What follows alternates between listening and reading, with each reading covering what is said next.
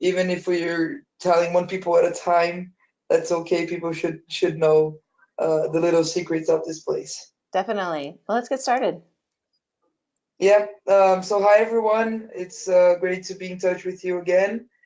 Today we're going to talk about Rio de Janeiro, and we'll try to cover a brief overview of the city, some logistics here in the map.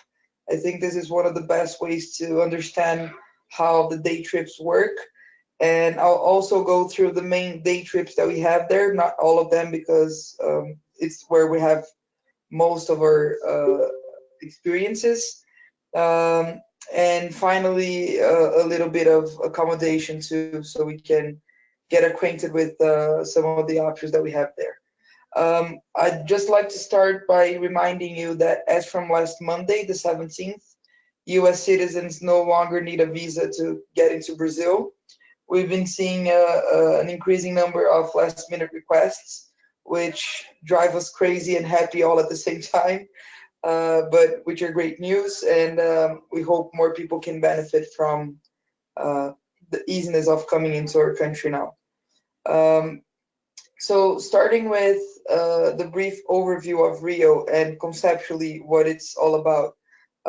Let me know if for some reason you can't see my screen properly, but I think this should work. Um, so, one of the things about Rio that we love the most and that we think conceptually is what helps us promote this destination even more is that it's one of the few places in the world where you can combine uh, so much in the same trip, and at the same time it speaks for itself being the symbol of the country. I think the majority of people you ask about Brazil will think of Rio before anywhere else. It has two of the main events that we have in the country per year, so Carnival and New Year's, and we'll cover that as well.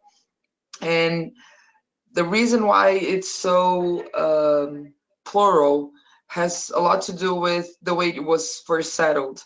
Rio was actually Brazil's second capital, um, because the Portuguese first came in through Bahia, and so Salvador was the first capital. But when King Emperor Peter II had to escape from Napoleon because he was about to get Portugal was about to get invaded, he had to flee right the country, and he had to establish the crown somewhere else. And for some reason, he didn't like Bahia that much, but he loved Rio, and that's where he brought the court to, and that's what made Rio the capital, and that's how it developed.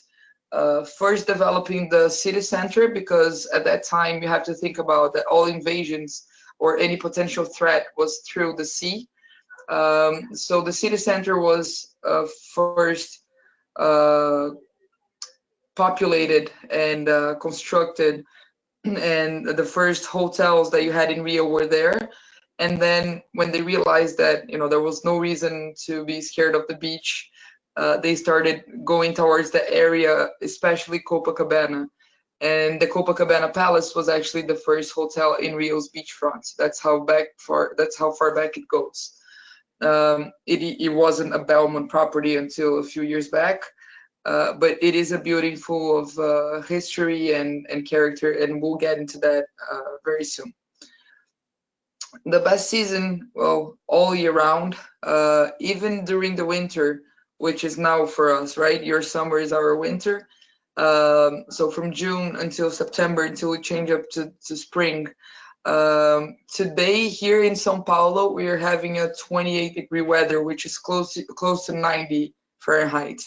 Not saying this is our typical winter, but we only have about 2 to 3 weeks of the year where it gets really chilly, and then I'm talking about mid 50s. And that's also true for Rio. Temperatures are usually over winter around mid 60s.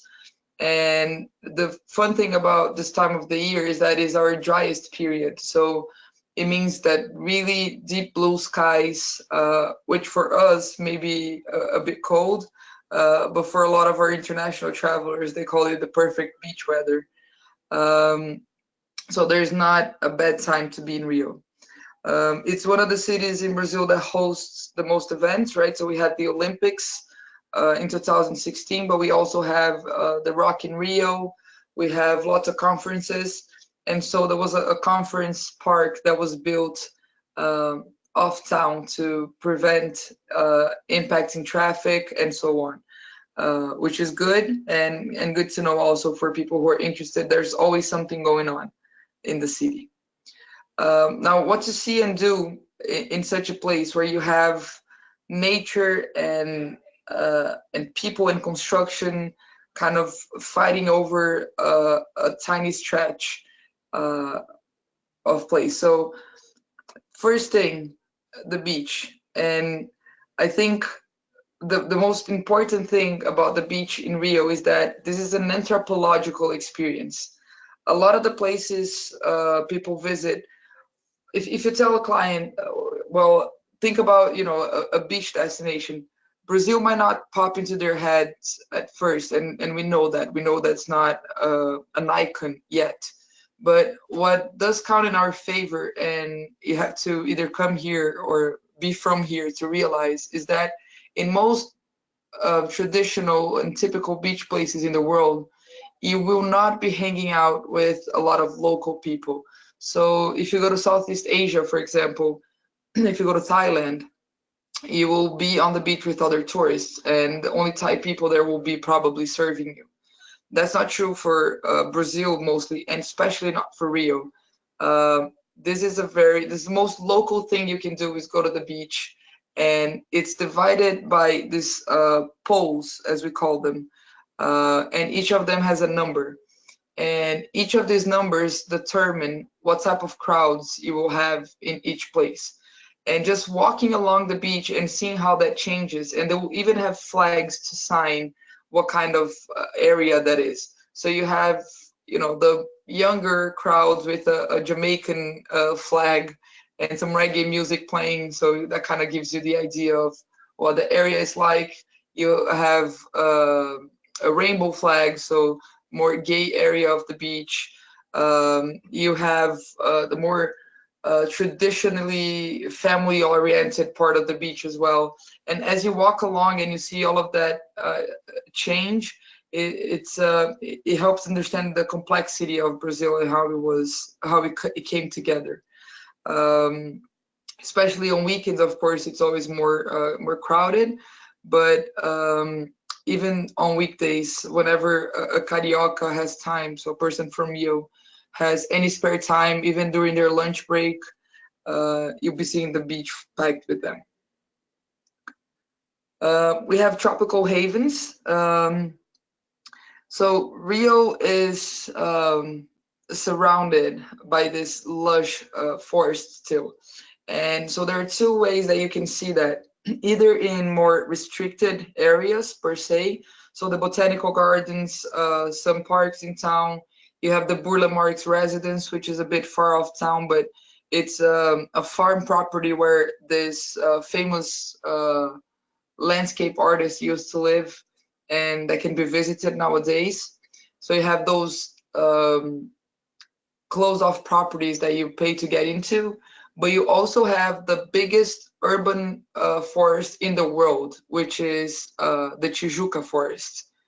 You can see it here, this park. This is a national park. It says Parque Nacional da Tijuca, which is not to be confused with this neighborhood, but this is the biggest urban forest in the world, and there are plenty of trails that can be done here. And from many points in town, when you look up, you get to see this mountain that looks huge and that goes off up to other parts of town. And it's the same rainforest that is here in this part of the park where the Christ the Redeemer is located, which is up here. So that's another aspect of town. Keeping in mind this is a 10 million people city, and you will also see lots of beauties. Of course, we have the favelas very close to town, and uh, they're also a reality of the place, but at the same time, all of that mixed perfectly with the surrounding nature.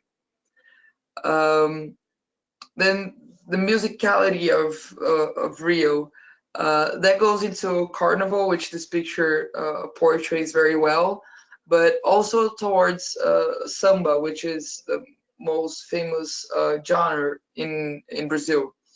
And that means that you have lots of quality samba clubs. We have contact with local artists, so clients can go and have a percussion workshop, not the same as we do in Salvador, which is also a very famous place for it. But if clients have that specific interest, there's a lot we can do and a lot of connections we can pull together to provide a worthy musical experience. And just going out to a bar with live music and seeing locals dancing to it, and the drumming related to carnival, and of course during the carnival experience that we will get into, clients get to dance on some drumming themselves, which is a lot of fun.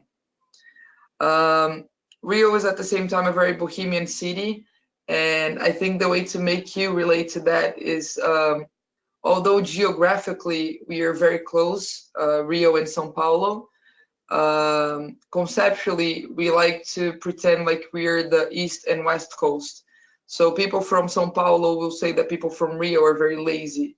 And people from Rio will say that people in Sao Paulo are workaholics and that we don't have the beach and we don't know how to live.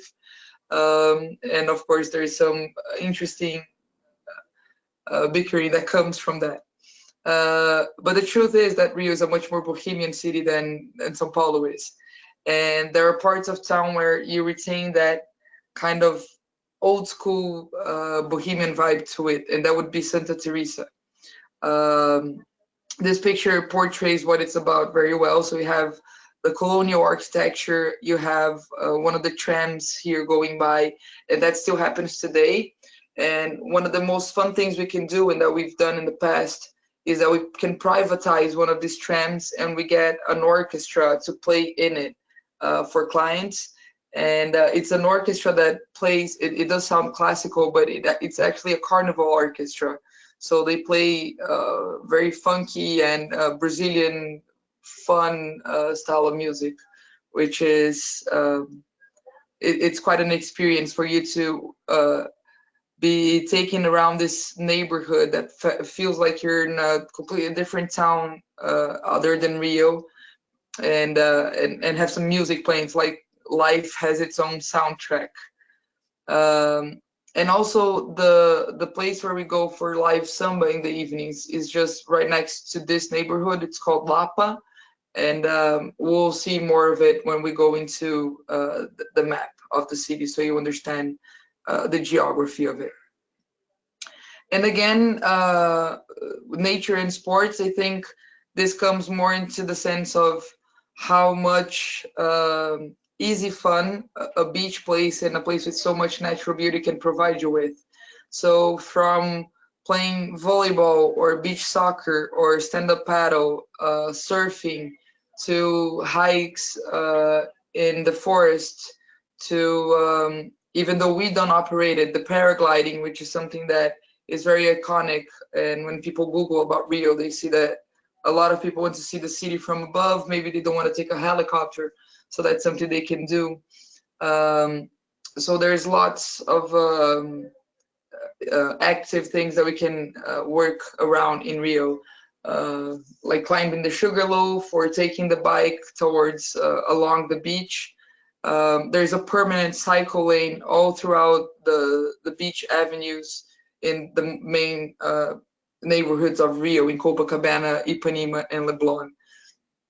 So that's even if it's not a Sunday, when uh, the avenues close down for car traffic and turn into huge bike lanes, there's always a permanent bike lane, and it's a very interesting way to see the city as well. So that's first overview, so we can get into the main day trips that we do in the city. If you have any questions thus far, please let me know. I have our chat open here. If not, we'll go to the day trips. So far, so good. Okay, perfect. Thanks. I hope that we all leave this meeting looking at tickets to come to Rio. It's certainly a special place. All this, both presentations I'm showing you now, and even the one with accommodation, just wanted to point out that they're unbranded. So these are things that you have access to, and I'll send you the links for it afterwards. And you can share directly with clients because it has no mention to Matueté, and you will be able to see them just as I'm showing them to you. So our menu of day trips in Rio is divided between the classics, the active, more cultural experience, and the VIP day trips. The ones that we offer or do the most, especially with you, are the essentials, and I'll go through that. The Rio by night, the by bike, but which we have recently promoted more as the Carioca Day, which has bike, but also the carnival experience. And on the active ones, I would say we haven't sold them as much, but surfing lessons are what gets clients very interested in, and the Sugarloaf hike, which I'll get into. And in the cultural day trips, I think the historical and architecture ones are they visit mostly the same places as the other ones, but with a different focus. And I'll let you know what's the difference between them mainly. And on the VIP ones, I think the sunrise at the Corcovado, because that's something exclusive to us. And even though it's really a VIP experience in terms of price, it's something worth knowing to let clients know that it's possible. Imagine, privatizing the Eiffel Tower or London Eye or the Sistine Chapel or the Empire State Building, anywhere that is the symbol of a country. That's what the sunrise at the Corcovado means. And not only that, but you're having the experience to see the city come alive at the time of the day. And so I want to talk about that too, and the Paraty connection. I know it sounds like a lot, but it should take us 15 minutes, not more than that. Starting with the essentials day trip. This is pretty much the day trip that if clients don't have much time in the city and they want to see the must sites in one full day, this is the day trip to take them in. The reason we start with the Corcovado and the Christ the Redeemer statue is because the earlier we get there, less chances there will be that they will have to be in a long queue. Even though this is one of the attractions that we pre-purchase here from the office for clients, so we can plan exactly what time they will be in the tram that goes up the Corcovado. It's a slot, right? And they sell hundreds of them on the website. And so when clients get there, they will be there with all other people that bought the same time as they did. And so we start with the Corcovado to make sure that we avoid the long queues. And from there, we go to Santa Teresa neighborhood. I just wanted to bring up the map here. Let me know if this makes sense to you. And if you can see it well. So the Corcovado is here, okay? And Santa Teresa is here. It's this neighborhood. So although it doesn't really seem like they're so close by, we pretty much do a way round. So if clients are staying in Copacabana or Ipanema, what we do is we start with the Christ the Redeemer, we go to Santa Teresa to then come here to the downtown of Rio, the city center where it says center, and then we make our way back to the Sugarloaf for the sunset. and then back to their hotel. So it's kind of a circle around town almost, or maybe a triangle if you think about it this way. Um, but logistically, that's what makes most sense, and mixed with the best experience the clients can have, of course. Um, One of the things that a lot of people ask is about the tram that goes up the Corcovado. Oops. And I wanted to show this to you on a quick video. Um, the way it happens is you go to the base of this attraction, and then you take this little tram up, and then you go all the way to the statue by walking. So this is the entrance of where we drive to, and this is the boarding area, and that's where clients queue. I'll send you the link for this video as well. Um, so after you board the tram, you're pretty much going through this kind of forest where it's also a neighborhood. So you have houses along the way that you'll see on the margins here, which is quite interesting. And it takes about 10 to 15 minutes, and then you're actually at the base of the Christ the Redeemer statue, and that's where you have some stairs or even an elevator for people with physical disabilities, if they need to use it. What happens during the sunrise activity is that the tram isn't running yet because it only opens when the attraction opens. So what happens is that we can make all this way by van, of course, through a different path, which doesn't have the trails. But the vans that can go all the way up are only the only vans allowed are the ones that belong to the park. So we bring clients there in our own vehicle, and when they get to the base of the mountain, they have to switch vans and do the last 5 minutes in the park's van, which is not so smart. We've tried to argue about that, but they won't really let us. So that's just something I wanted to illustrate. So that's what the Essentials day trip is all about. You start with the Corcovado, you go to the Bohemian side of town in Santa Teresa, a perfect place to have lunch, and in a more hilly region of Rio, so you have the view of the city in most places that we take clients for lunch. Around that time, they will probably be up for a beer, and they're in the perfect neighborhood for that. And then the historic city center for a more cultural and information-ridden activity, and ending the day at the Sugarloaf Mountain, where you have the famous cable cars, and which is a great way and a great location in Rio to watch the sunset. Like I showed you in the map, it's right here. Um, and the fun thing about the Sugarloaf is that it's actually two sets of mountains, which a lot of people don't realize. So here at this starting point at Praia Vermelha, you get one cable car to the shortest mountain, and then another cable car to the actual Sugarloaf. Sugarloaf is the name of the biggest mountain, but we started calling the entire attraction that. And so from here you have a view to this other part of Rio, which is called Niterói, and you have one of the most special sunsets with the beach all around you and some of the city here too, which you get to see from the Sugarloaf top. This is a 8-hour tour. Of course, there's a lot to see in it, and it's a full day.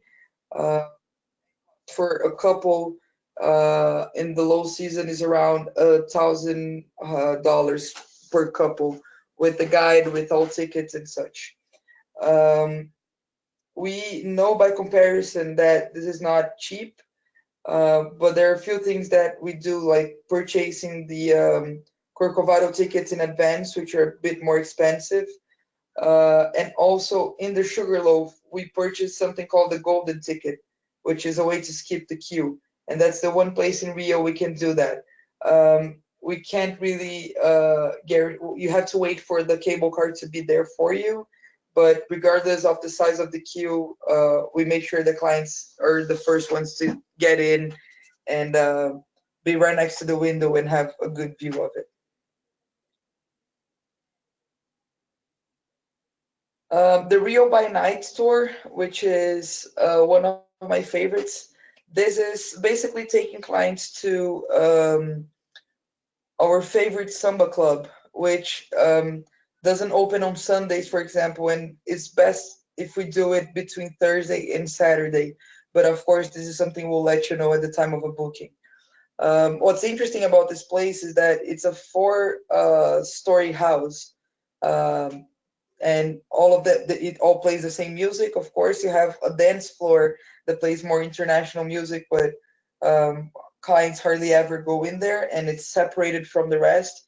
And imagine if your great granddaughter or grandmother started collecting things back in her day and just built her house collecting all these things, and then all of a sudden she decides to turn that house into a nightclub. That's pretty much what Hill Scenarium looks like. So you have different ambience with different decoration, with this cabinets which are see-through with random items from anywhere in Brazil and from the world. And at the same time, you have live samba music playing. So it's quite an experience. And recently, we have made a deal with the club. So all of our entrance tickets also include um pretty much open caipirinhas and beer and some snacks for the evening. So clients don't have to pay for anything other than if they want to drink something different, whiskey or something, whatever is not very Brazilian. If they want to drink something different, of course, they would have to pay themselves. But other than that, everything is included in the evening program here. Um, Questions that we usually get: kids allowed if they are accompanied by their parents.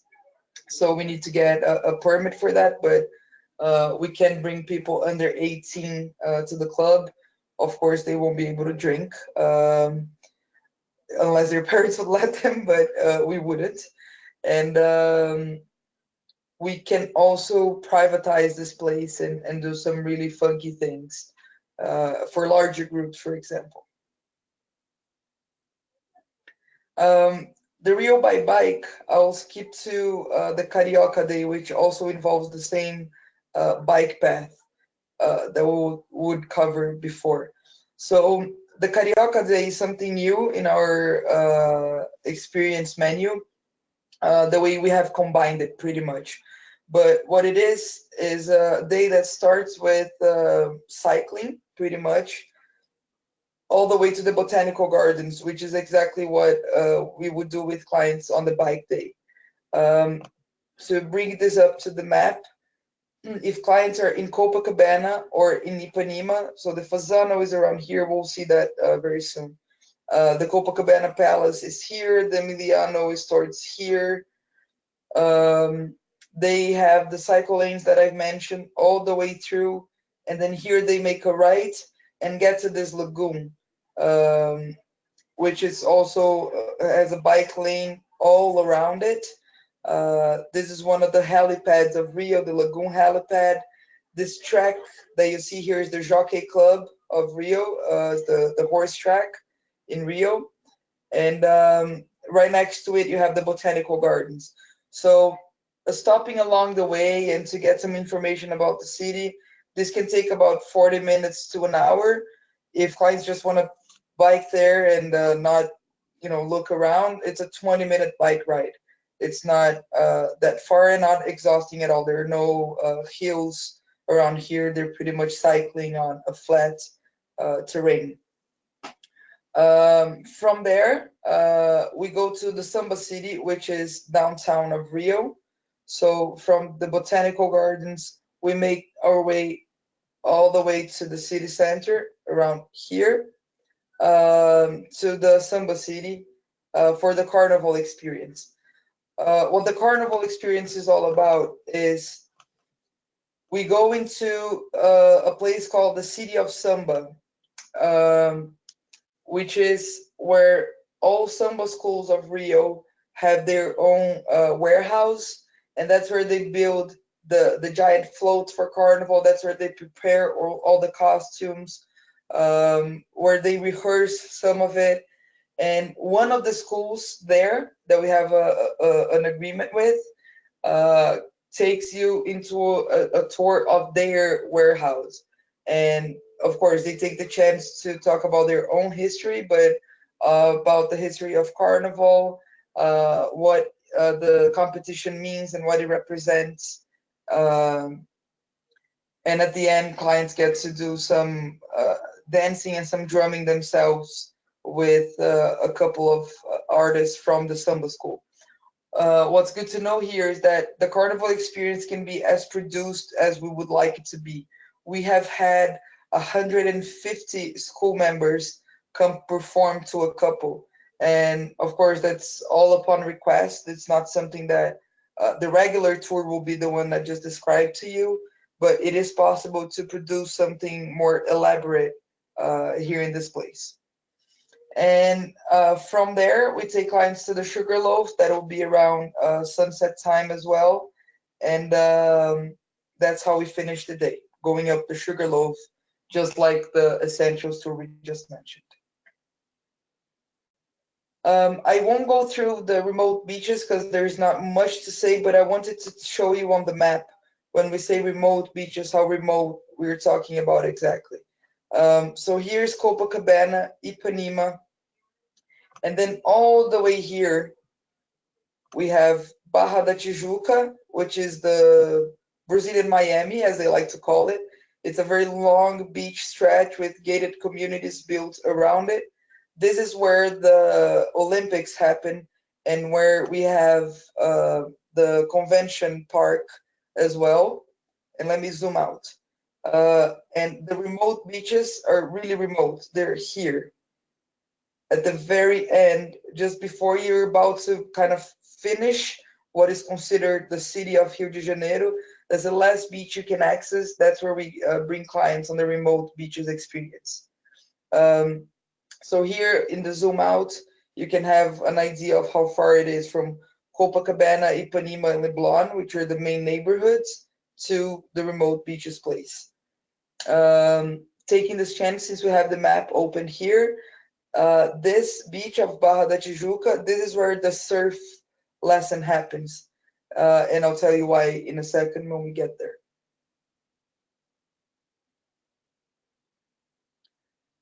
The Sugarloaf Mountain hike. The one thing I wanted to tell you about this is when we say hike, is that you do have a stretch that looks exactly like this that involves hiking equipment and some actual rock climbing almost. Um, Sorry, it involves some climbing to it, not just hiking. But this is the only stretch where this happened. This is 10-meter stretch. So in this portion, clients would have to gear on and do something similar to rock climbing. But other than that, it's pretty much just hiking. But it's still hiking on rocks. It's an open terrain, so it does get really warm, and so we usually recommend doing this in the early morning. And we do ask for people to be at least 14 years old. And of course, we can open exceptions if clients sign an agreement to that. But it's something that has to be well known on clients' part on how exactly physically extenuating this can be. I'm a hiker and I've done this myself a couple of times and I absolutely love it. And I don't think it's all that rough in terms of hiking, but the 10-meter stretch for climbing can be a bit more rough around the edges if people are scared of heights, for example. And this is something that we want clients to have a pleasant experience, and so this is something important that they know. The fun thing is that you're climbing the back part of the mountain. So while in the cable cars, you go from here to here and you take the front of it. When you're climbing, you go from here to the back of the mountain. So you have the view of the beach at all times right here. And it's a view that you only get if you do the hike up. From the cable cars, you will have a different perspective, just as beautiful, but the hiking is a different perspective for sure.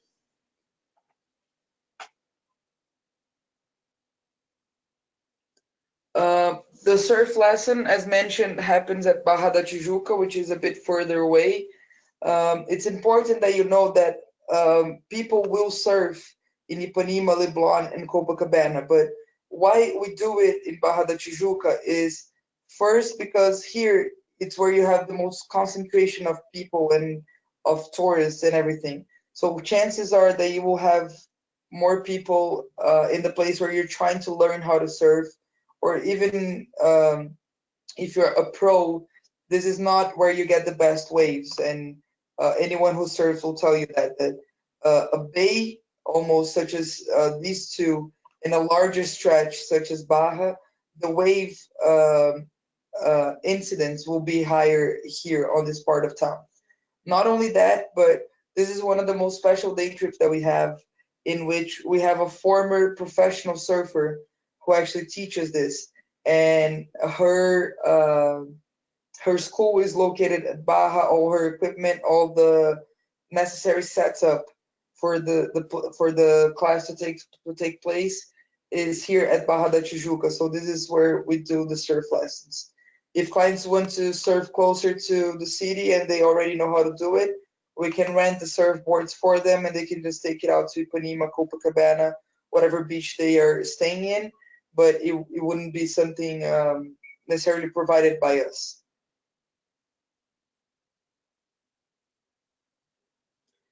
Now going to the more specific day trips that I mentioned, the historical Rio, for example, you will notice that it starts at the Sugarloaf Mountain, which we'll have already covered.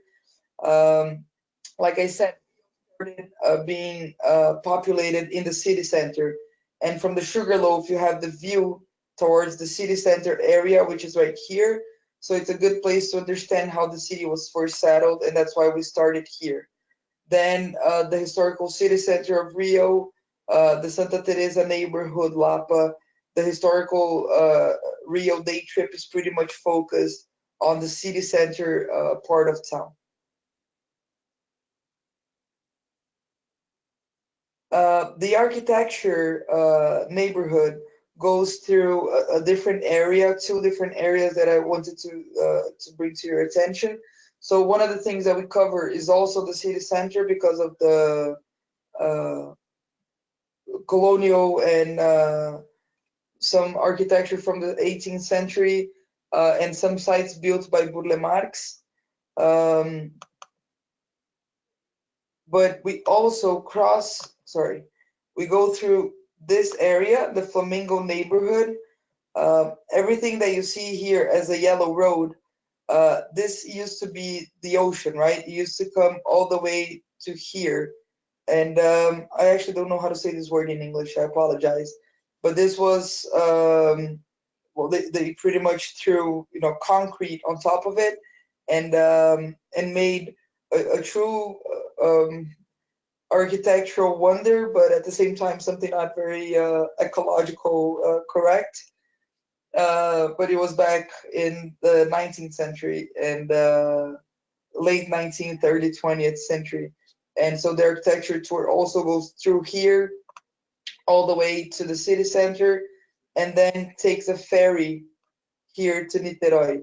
From this area of Rio, which is still the city center, clients can take a ferry to here. Niterói belongs to the state of Rio, but it's not considered the city of Rio anymore. And this is where the Contemporary Art Museum is located. And that's this building. It was built by Niemeyer, and it's a spaceship like building. There's a very good restaurant on the top floor with views to the bay. And not only the exhibits in there, um, are very interesting, but just the building itself is already very interesting. So this is something the architecture tour can encompass, but we can also visit this museum without having to be the full architecture tour if clients are interested. It's just it takes about half a day to cross the ferry all the way to that side and visit the museum and come back. So that's why we prefer to do it as a full day trip with a specific focus. But just so you know, if you think clients would be interested in seeing that, it's also doable in a half day. Now moving on to our VIP day trips. Um, the sunrise at the Corcovado, like I mentioned, um is one of the things one can do. In terms of cost, it costs $10,000 just for the attraction. Then we have to also add the vehicle um, and a small breakfast production up there. The Corcovado is taken care of by both the church and the government of Rio. So you can imagine how tricky it is to deal with them. Those are not very easygoing institutions, as I'm sure you can imagine. Um, but so they don't allow us to make a big production there. But the the the the main artist, the main thing to do for sure is to welcome a new day from such a prime location and having the symbol of the country just for yourself. And I mean, I think it needs no further introduction or explanation. It's really, I think, one of the most special things we can do all over the country. Um, the Parachi connection is also the other VIP tour that I wanted to tell you about. I think you're quite familiar with Parachi already, but if you're not, just briefly, it's a colonial town located south of Rio, right here. Um, and by car, this would be 3.5 hours. And it's a place that we combine with Rio very easily. But for clients without much time in the city and with enough budget, we can fly them here in a 45-minute charter flight and spend a day on the boat on this bay, which is quite spectacular, and then fly to Rio at the end of the day, having a fly over the city, which is something we strongly recommend. And this stretch here is definitely one of the most scenic flights in the country. There are hundreds of islands here, if we zoom in, that you can see, besides this big island called Ilha Grande. And seeing all of this from above is quite an experience, without to mention this very, very thin stretch of sand right here, which is actually not handmade. It's a natural event, and you fly over it for about 15 minutes before it's over. And it's only a few miles across in the thinnest parts of it. We call it Restinga. I don't know the name for it in English. This is a protected reserve. There are no constructions here, and seeing it from above in this flight is quite unusual, I would say. I don't remember seeing something like this elsewhere in the world. And the satellite images of this region kind of give a good understanding of how populated Rio is uh, around these areas. And the forest I mentioned, the Tijuca forest, taking part in the middle of the city. And then as you fly over to this side, the ocean changes color, and you start having a lot more green than any constructions. So it's definitely for people with the right budget, something to be considered.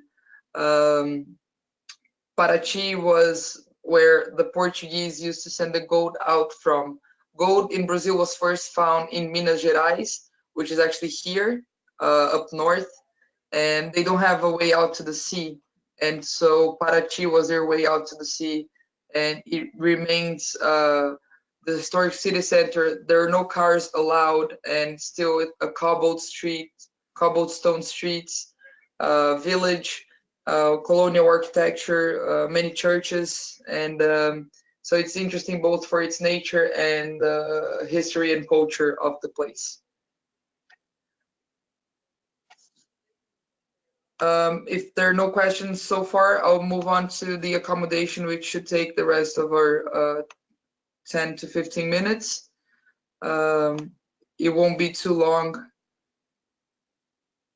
as I won't cover all of them, just conceptually the difference between them all. You will see that this presentation is even outdated. It doesn't follow the same format as the other ones.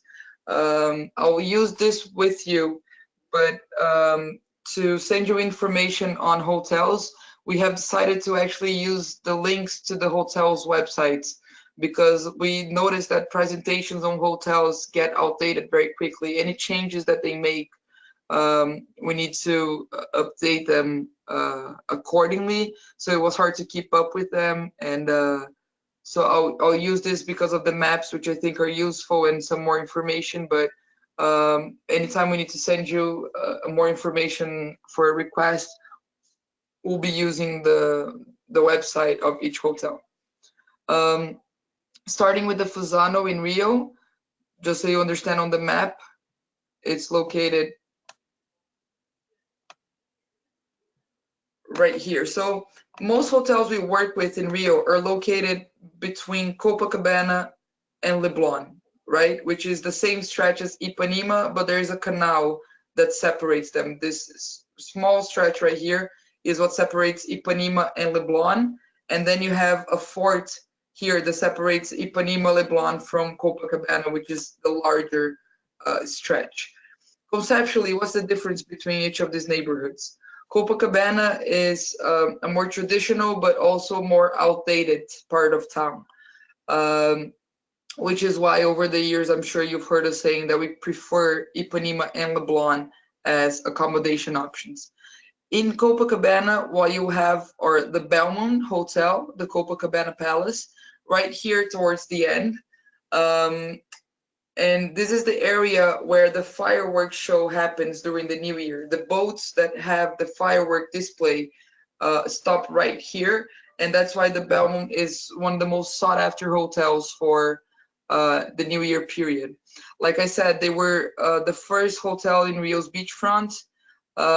It's actually a very quick and funny story. The Belmont was built, well, the Copacabana Palace was first built to celebrate Brazil's 100th independence anniversary, which would be in 1922. But it couldn't be more Brazilian, and it got delayed, and it only opened in 1923. And it was a part of a strategy to put Brazil in the world map for tourism. And so all state presidents, kings, queens were invited, and no one responded. And the only president that attended was the president of Argentina. So it wasn't a very successful beginning for the Copacabana Palace, but it was built by a very rich family, and they had very good connections in Paris and so on. And eventually they were able to start putting Brazil in the map, starting with Europe, and then being very smart about bringing productions from the States. This is more recent, towards the 50s and 60s, with Orson Welles, and bringing other celebrities, and bringing taking Brazil back to the United States with Carmen Miranda, you know, with the lady with the fruit hat. That was all a part of a strategy to put Brazil in the map. So going back to the hotel, it has 223 bedrooms, so a very large hotel, but it's also got one of the best swimming pools in Rio. I said I would start with the Fusano, but since I kept them anyways. One of the best swimming pool for kids because it's much larger, and it has one of the most iconic Sunday brunches in town. Even for people who are not staying there, it's worth going to. When I say iconic, please picture lots of Brazilians being served from, you know, croissants to lobsters, and it's kind of a mess, but an interesting one. It's interesting, it's fun, it's very lively to watch because it's very traditional in town. our favorite category in the Copa is the ocean view deluxe room in the main building. But it's something that we have to be careful about because they have those Juliet balconies, right? It's not a balcony they can step out to. They will only have those categories as from their suites. And most of their suites are located in an annex building that is right next to the main one, and it's more recent. And in that building, what happens is that you're behind the pool, and you do have a view of the ocean, but it's not a full ocean view. So this is what it looks like. You have the main building here in front, you have the swimming pool, and then you have this annex building that was, of course, built afterwards. So you have the proper balconies here, but if you're not in a higher up floor, your view to the beach can be a bit restricted. So that's something important to know. The Emiliano Hotel, which is right here, so much closer to oops, sorry, I zoomed out too much. Much closer to Ipanema, as you can tell, which is our preferred area of Rio, because to get to Ipanema, you can't go to the beach because this is a military area. So you have to go on the back here, and this is a 7-minute walk. And not most, but lots of the restaurants, shops that we recommend are around this area. So it is walking distance from the hotel there, different from the Copacabana Palace, where we're talking about a 25-30-minute walk, which can be pleasant along the beach, but it's not for everyone. The Emiliano has 89 rooms. It's a boutique hotel. It came to compete with the Fasano that was reigning alone in the boutique hotel category in Rio. So it has a very iconic front.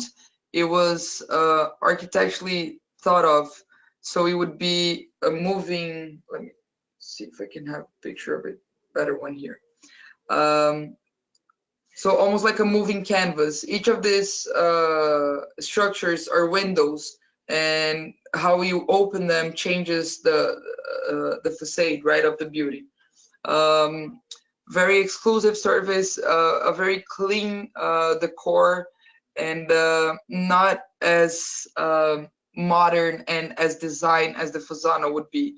So for a couple that is a bit more, for clients that are a bit more traditional, but not the Copacabana Palace style of classic.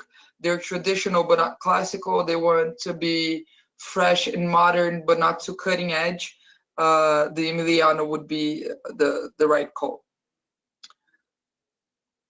Then the Fasano in Rio, right here, already in Ipanema. They have 90 rooms, so just one more room than the Emiliano. They are our preferred option still, mainly because of location. But over the New Year's, for example, I think Emiliano has the edge. Both the Emiliano and the Fasano, their ocean view categories will start around $650, $700 net per night, while the Copacabana Palace will be around $450 to $500 in the first ocean view categories. The Fasano was designed by Philip Stark, which I think kind of sets the mood of what it looks like.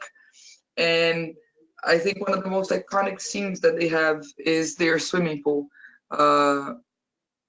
It's known for being one of the best scenes in town, although they don't allow people who are not staying at the hotel. Even with their guests, it's known for being, a place to see and be seen, and with an iconic view of the mountains. It's called the Two Brother Mountain here at the end of the beach, and all the ocean view categories already have a proper balcony. such as this one with a lounger or similar, which is definitely an asset. And finally, for people who want to stay in Ipanema but don't have the budget for the Fasano, the Sofitel, which used to be the Caesar Park, they have 320 something rooms. Sorry, I don't recall now by heart. So it's a very big, more business focused hotel, but with ocean view categories starting around $350 net per night. And their superior categories around even less than that. So for people more in a budget, it works out very well. You might have heard of the Janeiro Hotel, which used to be the Marina All Suites. They are, let me just pull up exactly where they are. They're new in town, and a lot of people have been asking about them and what it's all about. So you'll see that they're towards the very end of the beach, which is a much more family oriented area in general, but the most upscale neighborhood in all of Rio is this one, Leblon. So lots of good restaurants and shops as well, very safe area to walk around, less crowded because it's a lot more expensive, so you have a lot less people who can afford to live there. So they're in an advantage for that. It's more towards a clean hotel, although with a more young vibe. There's a famous Brazilian brand called Osclen, and the owner of this brand is also the owner for the hotel. So it tends to be a bit more funky in its design and trying to be more towards the cool area or towards the cool concept for a hotel. But it's getting there still. I think the most important thing to know about the Janeiro is that their swimming pool is really not even worth mentioning. We often tell clients, pretend that there's no swimming pool. It's very small. It's not a very pleasant area to stay in the hotel. It's in their rooftop, but it's so small that makes you feel a bit crowded. So not crowded, but a bit tight there. So people often prefer to be on the beach than on their swimming pool, which is a problem for lots of travelers. But for people who don't really care about that, it can also be a design option and cheaper than the Fasano as well, around $400 in a net in an ocean view room.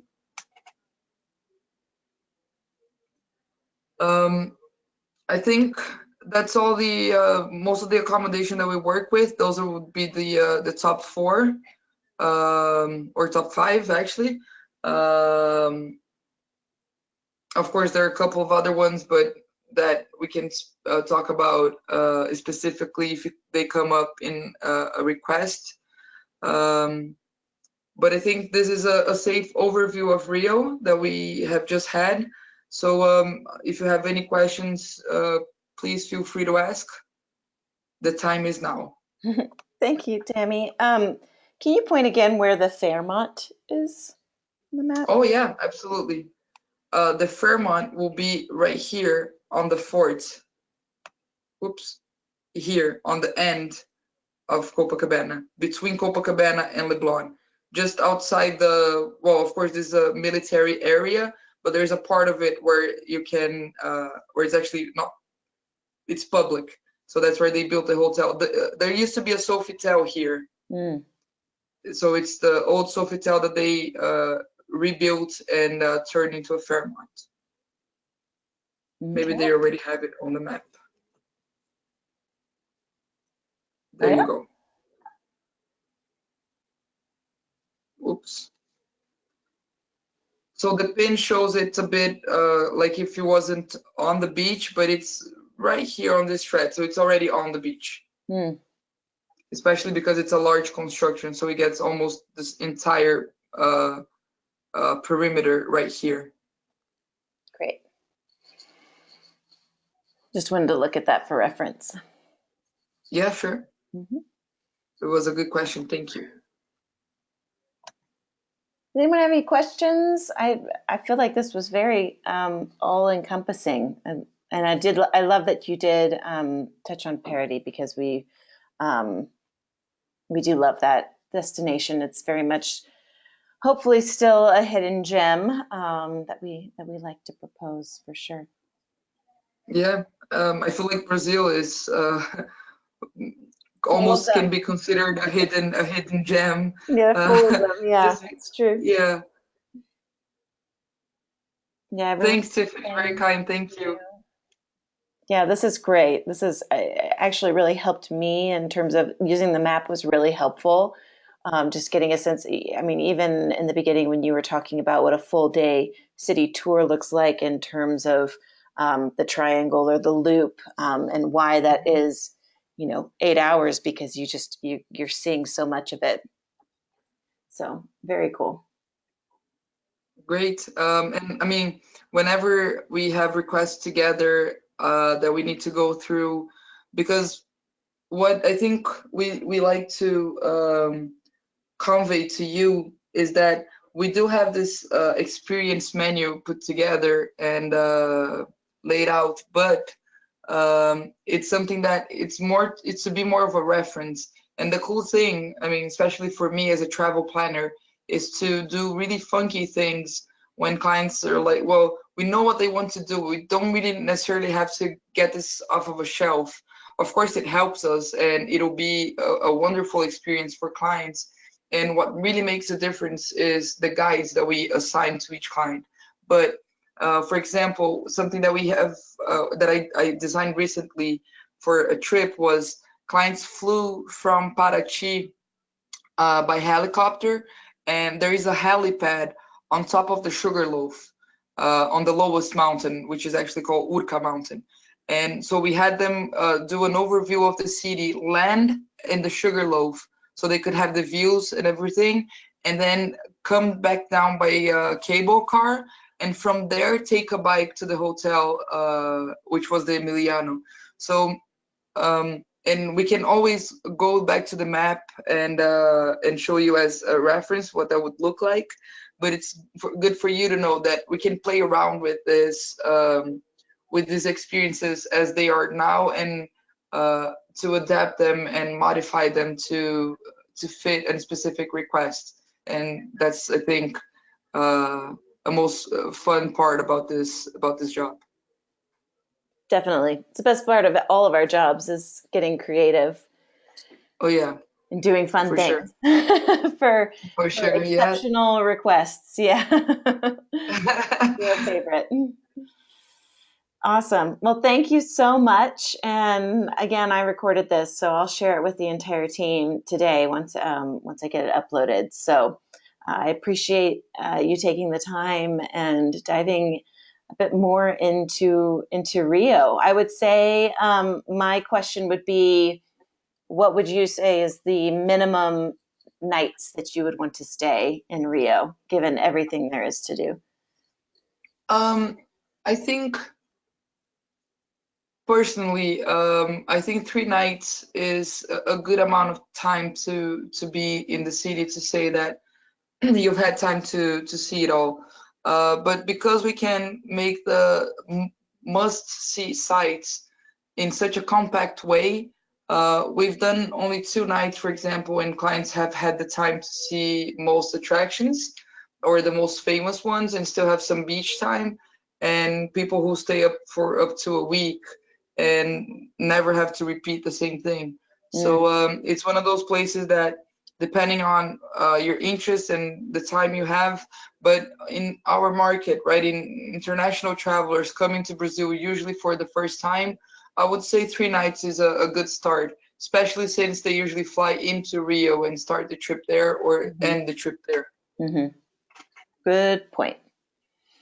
Awesome. Thank you again, Tami, and you have a great rest of the day. Hopefully you're wrapping up now. Oh, not even close. It's Okay. 4 o'clock here. Yeah. Oh no, we going up. Well, in theory we go up to 6 p.m., but I never leave the office before 7:30 or 8. Oh dear. And No, that's actually pretty normal in Brazil.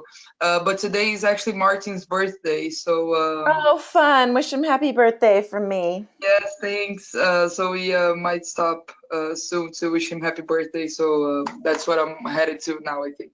Oh, great. Awesome. Well, have fun Yeah. and we'll talk soon. Thank you. Yeah, thank you, girls. I'll send you the links for this, and if you can share the recording with me once again, I'll appreciate it. Definitely. Thank you. All right, thank you so much, girls. You have a great day too. Bye bye. Bye.